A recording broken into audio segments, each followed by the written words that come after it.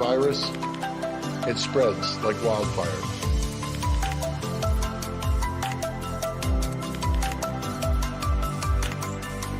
Welcome to Canadian Doctors Speak Out. We're going to give you the top reasons not to be afraid of COVID. When we hear the word COVID or coronavirus, we now instinctively reach for a mask or look around to see how we can protect ourselves and our families. No place really seems safe. But as Canadian medical doctors, we're going to tell you what the best science now has to say. And we think you'll be pleasantly surprised. On the TV, we hear cases, which would frighten anyone. But cases are not necessarily symptomatic people. And the vast majority have few or really no symptoms of being sick. They just have a positive PCR swab test. Research now shows that the PCR test is practically worthless. Only 3% of patients with a positive test actually have the COVID virus. Here's a graph showing the COVID cases reported each week in Canada. Even I get frightened looking at this graph. But now let's put the weekly deaths on the same chart. Where are all the deaths that we would expect to follow the cases curve? Something is really fishy here. Let's look at yearly deaths in Canada from 2001. It's pretty hard to show that we've even had a pandemic. The slight increase in 2020 was probably due to an aging population.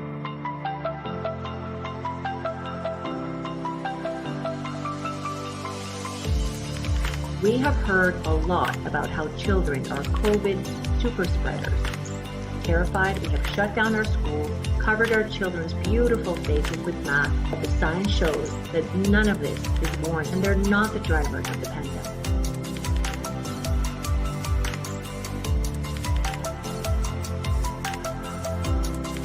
Canada took a dramatic move toward legitimately dangerous authoritarianism. In Canada, yes. Here's just one measure of it. On Monday, the country's Prime Minister, Justin Trudeau, outlined his government's new corona regulations. Canadians hoping to return to their country must be tested before and after takeoff, he said. Quote, if your test results come back positive, you'll need to immediately quarantine in designated government facilities. This is not optional. Designated government facilities. Now, when this happens in other countries, and it does, we call those facilities internment camps. Just filed in the Ontario Superior Court. It's a constitutional challenge of the federal government's policy requiring incoming travelers to quarantine at their own cost at government contracted hotels. The cost is upwards of $2,000 per traveler, and in most cases, the cost is non-refundable, even if your results from your PCR test arrive within even a matter of hours. We're bringing this legal challenge as a public interest organization, but quarantine hotel policy, in our view, is exploitive and punitive at a cost of over $2,000 per traveler. And in fact, it actually exposes many travelers to even greater risk than they would be exposed to had they just returned to their own home. The pitfalls of coming home to a quarantine. That's not what I signed up for when I came back to Canada, and I did everything by the book. The woman had a confirmed reservation and agreed to pay more than $1,000 for the mandatory quarantine package. But when the reserved room wasn't ready and other hotels were booked, she was sent by bus to a government-controlled one. I said, where am I? And they said, we can't tell you. And I said, why can't you tell me where I am? And they said, we're not supposed to tell anybody. Looks like the police have formed a cordon to keep people from taking pictures.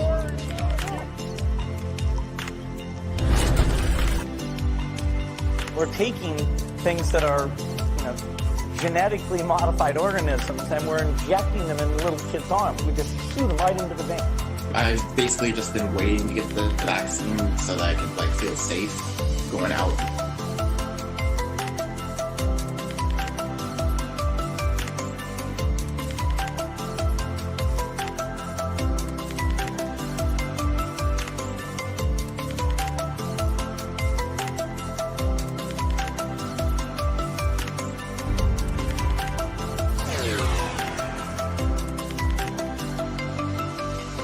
And the next person. Oh, great.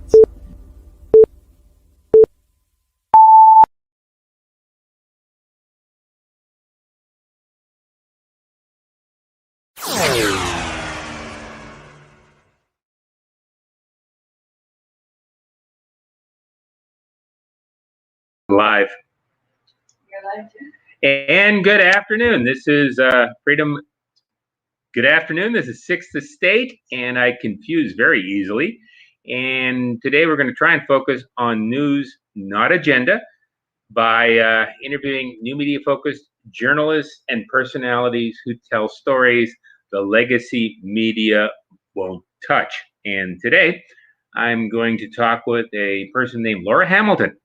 She is a Canadian empowerment coach with an alternative approach. She leads a peaceful Inner Warrior United initiative, which is a community where free thinkers finds good company. And frankly, she pushes out a lot of the content from these free thinkers into a wider audience. And that's why we're having her on the show. Now, as an English major and founding partner with the John Maxwell team. Now, John Maxwell is a guy I didn't even know about. He's an American author, a speaker, and a pastor who's written a lot of books primarily focused on leadership. Now, Laura has used that background to travel the world to find the best players of the game of life, and they are now uniting to harmonize humanity with music, starting with something called Album 22.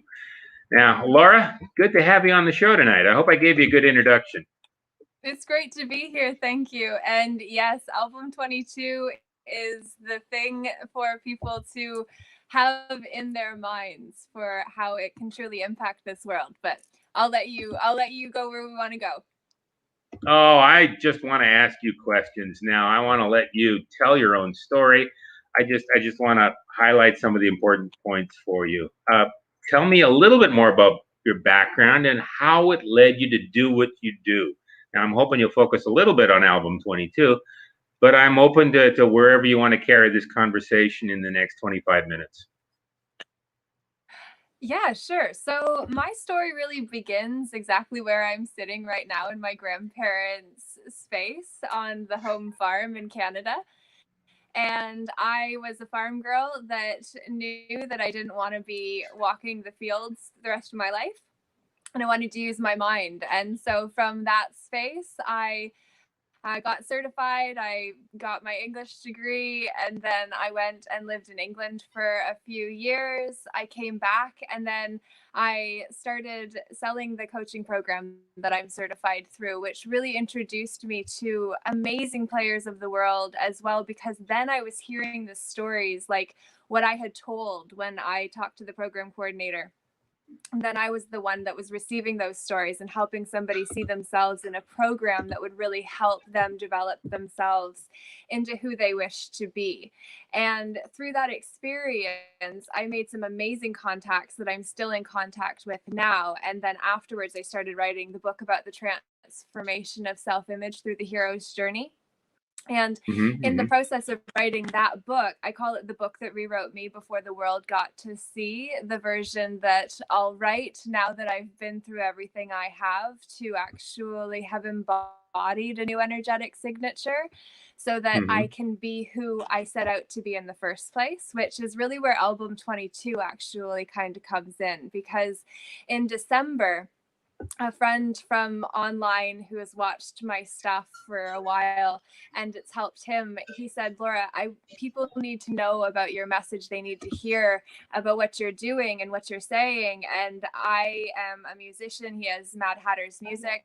And so he said, let's have a meeting and I'll get everybody to come and you host it. How's that sound? And I said, as long as that's all I have to do.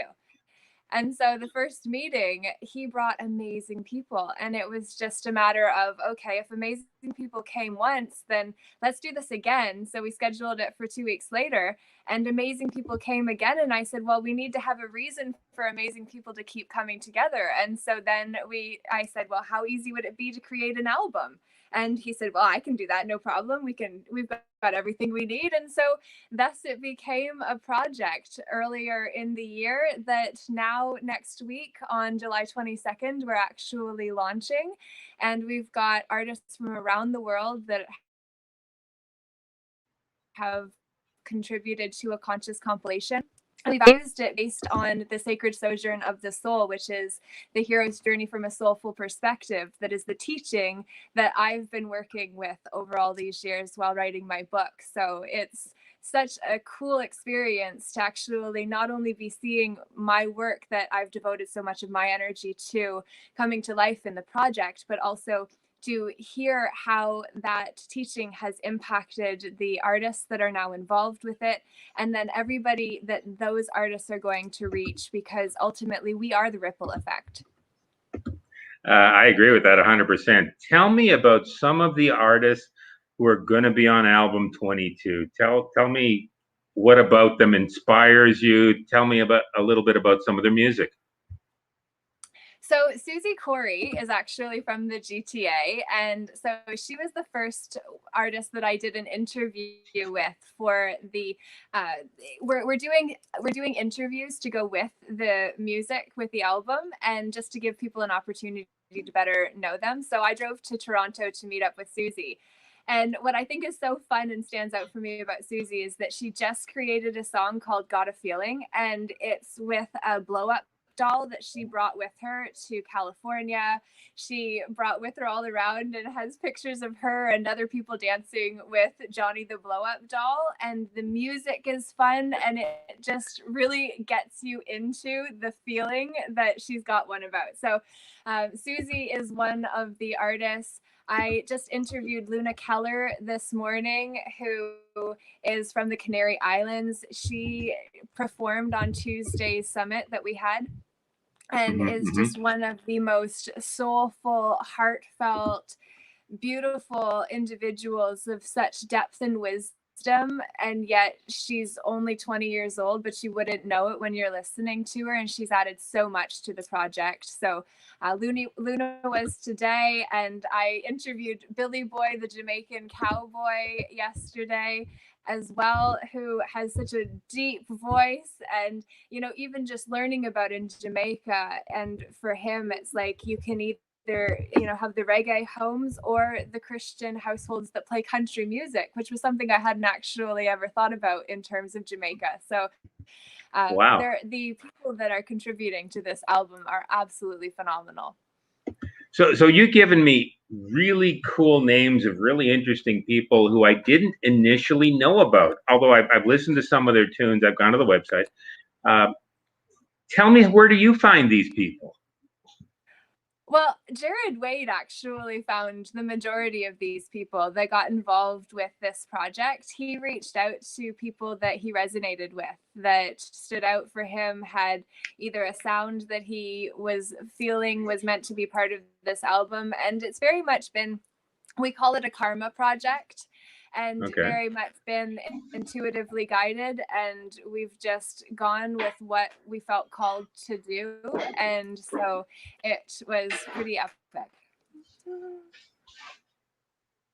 I'm losing you for a second. You're so far out in the farm. We don't have your visuals anymore. Are you still there, Laura? I am still here. Can you hear me now? Good. Yeah, I can hear you now. Go on. Please go on. Perfect. Yeah. Where was I supposed to go? Sorry. Oh, you were talking about where you found these wonderful people who you are working with right now on the album. Yes. Yeah. So Jared found the people that are in this album, and we are working on another project where I've started to connect with more artists. I also knew artists, but nobody that I knew actually got involved in this project, except for Denise Exler. Denise Exler and I collaborated with Eric Vasquez, and we created a song called You Are Loved, which is kind of an activation. And Denise is actually from Perry Sound area, and she uses light language as a healing technique. And so I got her to use her light language, and then I was doing some singing over top, and then the music was used as the foundation. And so that was the 3-part compilation that we did together. But Denise and I did know each other, but she was the only one, and it was only because I brought her into the summits and said, I feel like what Denise has to offer is so unique and would be such a gift that somebody needs to collaborate with her. And as we're on the summits and I introduced her, then it was just like, oh, well, why doesn't she come into our song? And so that was how it came to be that we have trio as the contribution that Eric, Denise, and I made, but she is the only one that I brought to the scene.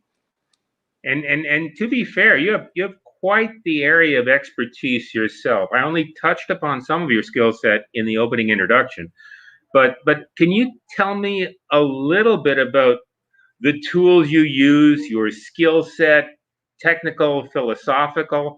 What do you use to tell your stories? I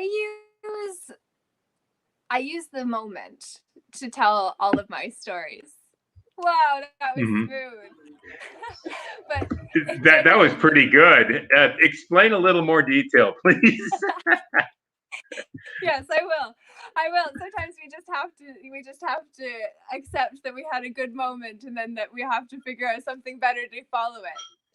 I don't get me wrong. You did very well. Thank you. Yeah. So how do I tell my story? I have a lot of training with the John Maxwell team in leadership, communication, sales, marketing. So really understanding how to get my message across with that training. And then as well, I've got a lot of spiritual training and different modalities that I've trained in that help me have a different read, because when I'm engaging with people, I'm oftentimes reading energy. And when I'm sharing things, I don't really do the scripted things so well. I'm just fully in the present. So my best way to actually deliver whatever I have to say is to get out of the way in some ways. I have a lot of theory and ideas and experience that I'll bring into the moment, but I do my best to stay present and in my heart. And if I'm in my heart, then I can be in the moment, and then I can actually share what's required rather than what I think needs to be shared. So that's generally how I tell my stories. But that also means that they can be very much like a piece of noodle or spaghetti, rather than I once read a title of a book called Men Are Like Waffles, Women Are Like Spaghetti. And it's like men like to have their compartments filled up like a waffle, compartmentalized, whereas women are like, we're doing everything all at once, and the noodle ends can be touching or not, and we're good. So I'm more like a noodle, but I could also learn to be more waffly. So you're more of a by being in the moment. My understanding is that you can bring lots of different skill sets and lots of different perspectives to bear on a problem. Whereas someone like me, I'm like a waffle. I can do one thing at a time. Well, it's not to say that specifically. It's just more so to say that the waffle kind of person really wants to have one compartment filled up with syrup before you go to the next compartment, rather than just like, throwing the noodle into the syrup and hoping that all of it gets covered. That works. That works great for me. What I'm hoping to do now is that I'm talking with Ed Jamasek in the background. If he's listening to this, I just sent him a link. I want him to post a sample of some of the content you've put out in the past. I've sent him a link. I'm going to see if he's able to bring this up to play. This is only our second show in this format. I want to make sure everything works. Ed, are you able to play the first minute or so of this of the link I sent you? If you're not, we'll go on to the next question.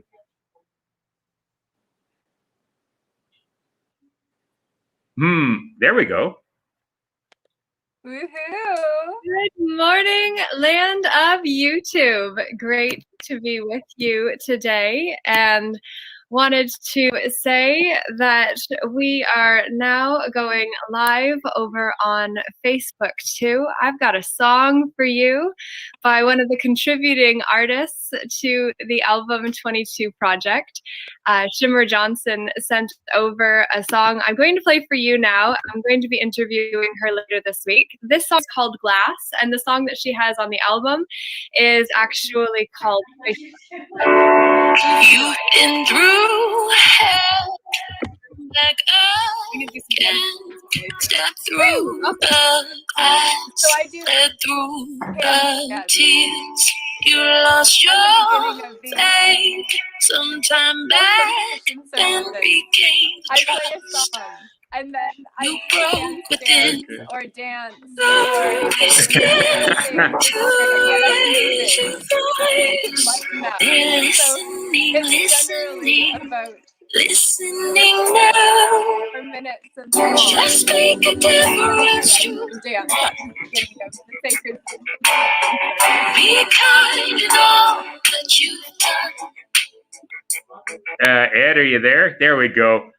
My apologies. I wasn't quite sure what was going to happen there anyway. You explained to me once in one of my interviews with you before this show that you often speak in poetry and you often rhyme. That's why I brought up that piece. You did that during your intro.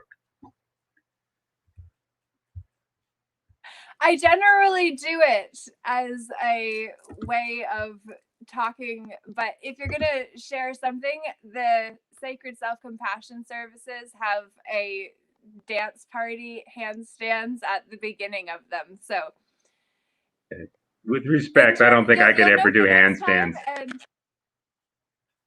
I taught myself actually how to do them when I was working at a gym like 4 years ago. Oh, wow. You do it very well. Certainly, you do. Sorry, you go. I just said it's very fun and it challenges your whole body, and so I find it to be a phenomenal full body workout. And people are like, "What do you do?" And it's like, "Well, I do handstands and yoga occasionally, but for the most part, I just keep my vibe really high and I keep moving." So. Now, I'm going to go on to the last question. I understand that you have a lot of things going on today. You have a show just before this, and you have a show right after this. So I'm going to be fast and precise. And I know that you are an entertainer, and the message you bring out is a more subtle message than traditional journalists like myself or some of the other new media journalists I've been interviewing on this show. But I want to know, what's the most important piece of media you're working on this week, and why is it important to you and to others? The most important piece of media that I'm working on right now, I think, would be Album 22, and helping people understand that it drops next week, that we've got artists from around the world that are collaborating together for a good purpose, that we're coming together and there's no profits involved in this.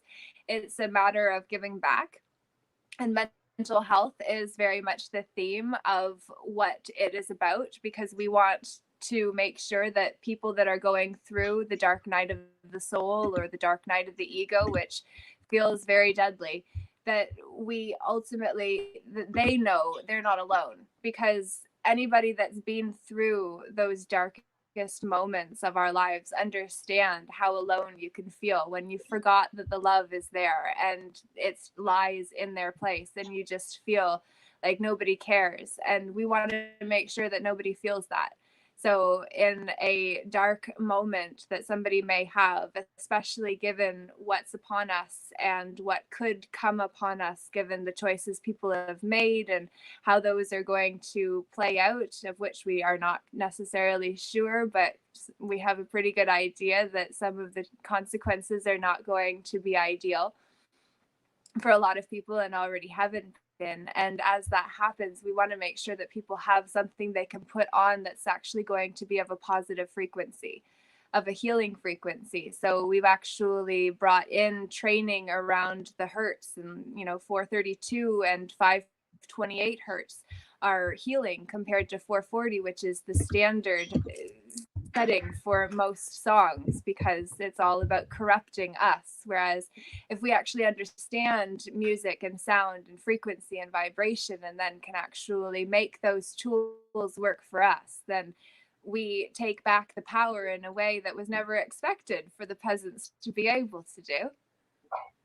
And that makes sense. If I was on the internet and I was looking for you, where should I go? Album21.com, I guess, or is that a good place to start? Album22.com.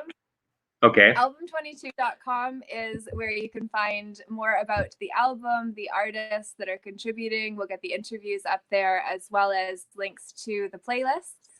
And then if you're looking for me, the woman, Laura J., you can find me under Laura J.E. Hamilton on Facebook, Instagram, YouTube, LinkedIn. I'm all of anywhere that I have an account, I'm under Laura J.E. Hamilton. Fair enough. I thank you very much for your time. I enjoyed interviewing with you, and my apologies. I have a really ugly green screen behind me tonight. That's a failure on my part. But the rest of the show went really well, and I believe you are a very good person to interview. I thank you very much for giving me the opportunity to do so, and I believe that's all there is for tonight. My name is Chuck Black. This is the Sixth Estate. We have been interviewing Laura J.E. Hamilton on her latest project, album22.com. And that's all we have for today. We look forward to doing this again next week. I thank you for being on the show, Laura. Thank you very much. It was a pleasure, Chuck.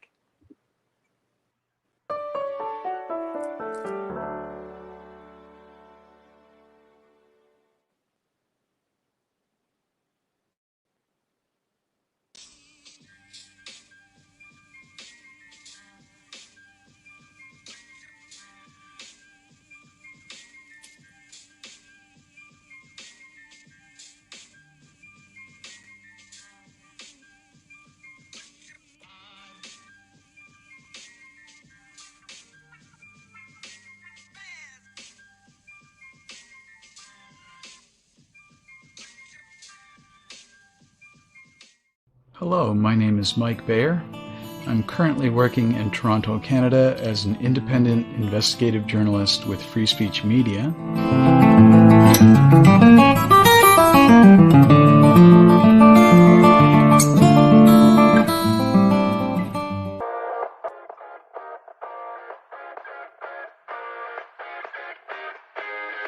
Would you mind explaining how you helped them and what it is that you did for my colleagues and friends?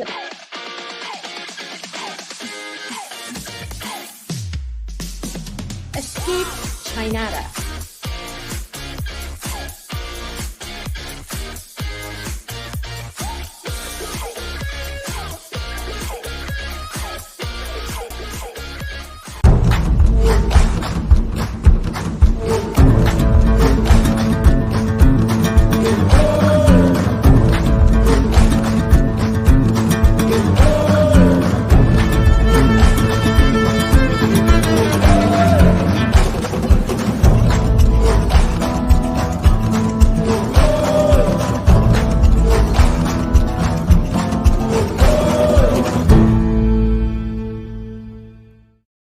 You are watching Carrot Vision.